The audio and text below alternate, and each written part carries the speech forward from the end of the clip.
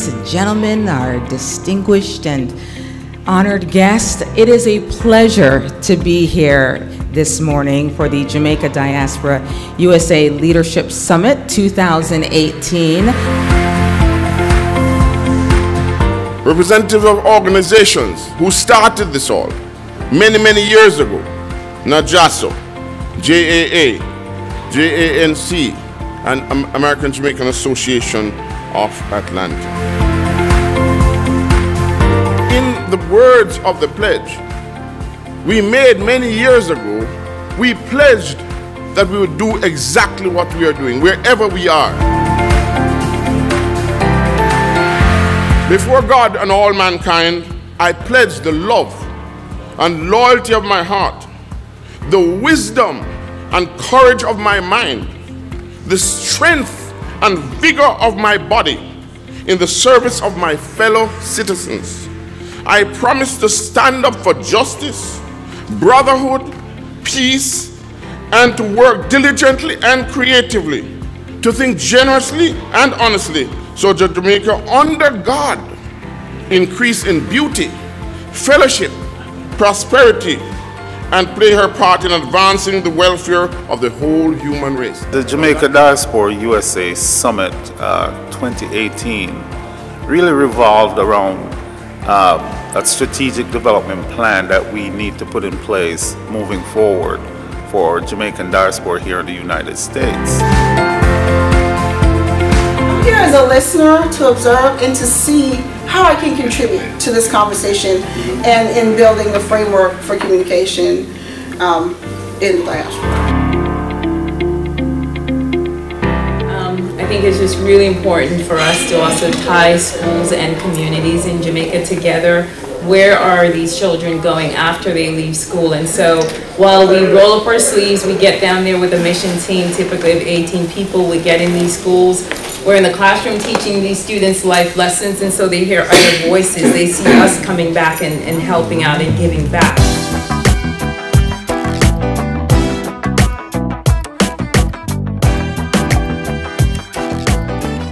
But we're here for one single agenda. We're here to move the country that we love so much. We're here to move the country forward with a unified plan. And a great idea can come from any one of us here in this room. The time has come, and we want to welcome you all here to be a part of that conversation. Have an equal seat at the table.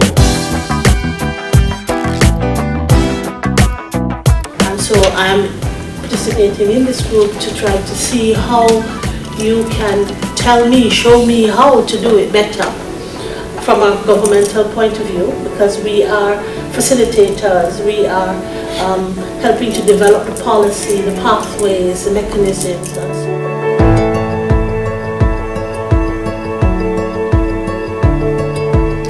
I mean, what would be the reason for people to stay away from actually getting involved in true civic engagement?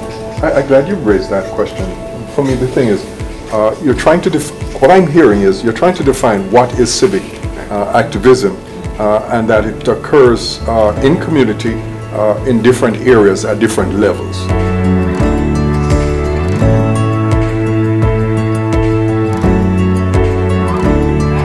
Let us look at the things that we see that we know we need to work on.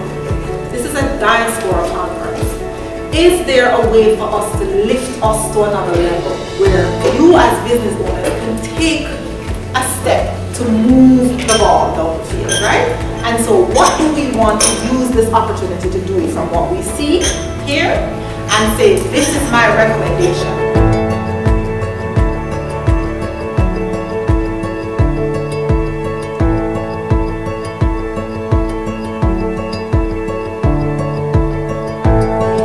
We must bring this community together in the United States, where we call our home, away from home, to make sure that we do the right things together, not apart. We have to have a unity of purpose as we move forward. How can we as young people now start start to engage our peers in Jamaica more so and liaising with each other. Because I think we spoke about issues that we have as individuals with, regardless of where you are, but to kind of bring it back to what we're here for. Listen to the ideas from each other, because I think it is in listening that we actually learn. I have a task from the Ministry of Health to have clinics adopted in Jamaica.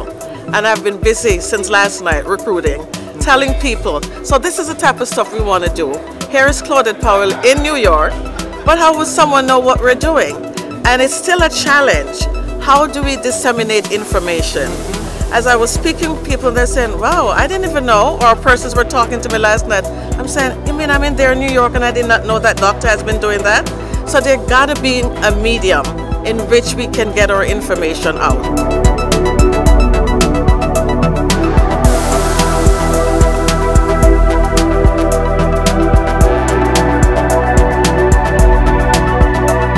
And actually, we let the conversation start at the summit because we're planning to move around the entire diaspora community to get some general consensus.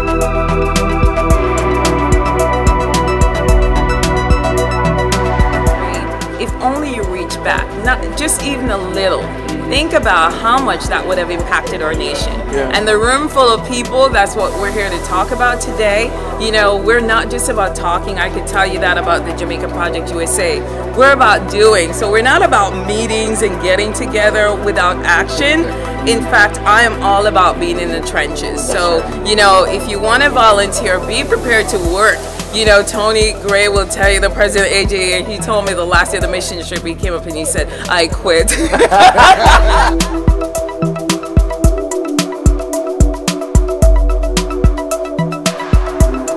But we're not just talking about a legal structure, we're also talking about how do we see leadership and governance in our diaspora community.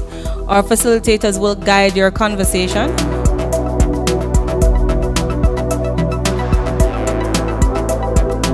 We then took a look at how we can utilize the opportunities to really conquer some of the threats that we may experience. Opportunities include volunteerism, really giving back to Jamaica in various different ways, whether it's through exchange programs or going specifically on missions trip. Also really honing in on how are we going to really engage the youth diaspora here in the U.S. We talked a lot about successorship, and that seemed to be a key theme that has been resonating throughout the whole entire summit. And so we want to focus on how we as young leaders can really understand what it is to be a leader, so that when the current leaders leave their post, we can see how we can align ourselves and fit in.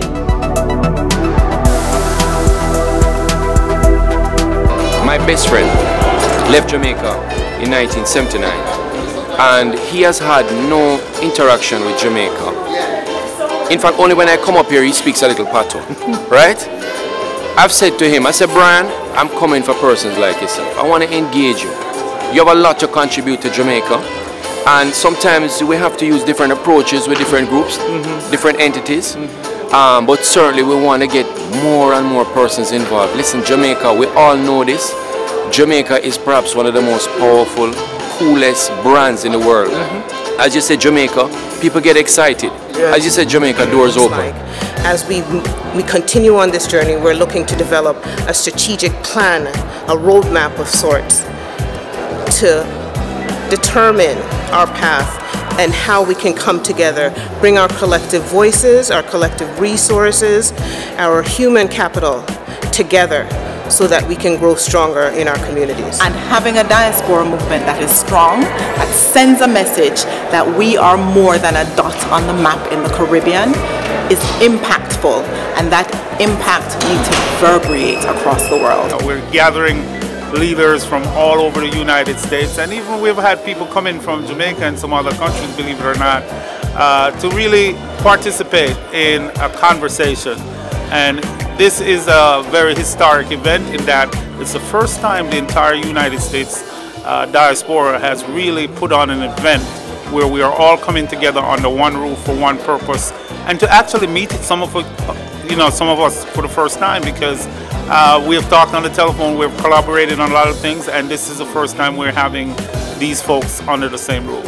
That we as Jamaicans can come together and put a wonderful event together, put an organization together that will represent our concerns. So if you touch us on the east, you touch us on the west. You touch us on the north, you touch us on the south. So part of my mandate will be to reaching out to all the communities, having a greater presence. We're going to be building on the work that has been done in the past, but we want to be reaching out to the communities as much as possible, supporting and facilitating the growth agendas in Jamaica and supporting the diaspora to be a part of that solution. Because even when I lead the task force, I know so much that's going on, but what's the sense if people don't know what we're doing? 200 medical missions going to Jamaica. Who knows, maybe after we come together you won't need 200 missions. So 1 week, for example, I'm going to one in January. By the time I'm leaving, another group, persons I know, will be heading to the island. We probably could have all gone there even for 2 weeks and cover a wider area. Yes. So, well overdue. There's quite a disparity as it relates to the millennials. So what we're trying to do, as leaving this summit is to create a definitive strategic action plan to help develop the overall diaspora as it relates to the millennials. It is really good to be here in Atlanta this morning. My organization, the Jamaica National Group, is very proud to be sponsor of this, the inaugural Diaspora USA Leadership Summit. And I thank all the participants, particularly those who have traveled from outside the state of Georgia to attend this historic gathering. I wish to thank Dr. Francis, Mrs. Maitland Lawrence, and Mr. Golding for their leadership and work in staging this leadership summit. It's against this background that we, the children of Jamaica, scattered across many states, meet today in the United States of America to discuss and have a dialogue on our destiny and our future. The reality is that Jamaican diaspora contributes significantly to the Jamaican economy. Your philanthropic giving to Jamaica, the tourism investments and remittances. This is significant, and you need to ensure that your contribution is known and leveraged for the policies in Jamaica that will support your objectives. As the government of Jamaica prepares to host the next biennial diaspora conference in 2019, this meeting charts the path for the Jamaican community in the U.S. to begin preparations for that important event, which serves as a roadmap for enhanced coordination of the diaspora to enable you to strengthen your engagement with our homeland. I wish to underscore that the Jamaican diaspora represents more than a source of remittances. The government of Jamaica sees you as important partners in nation building. Your support over the years, which has taken many forms, is deeply appreciated.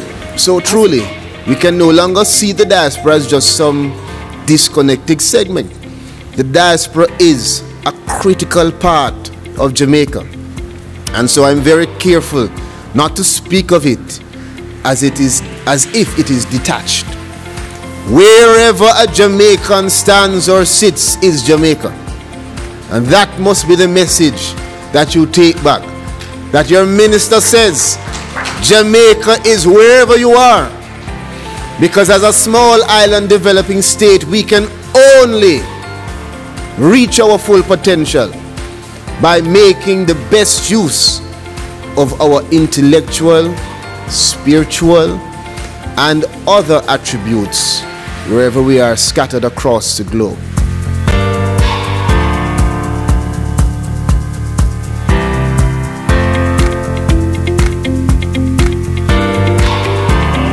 Justice, truth be ours forever.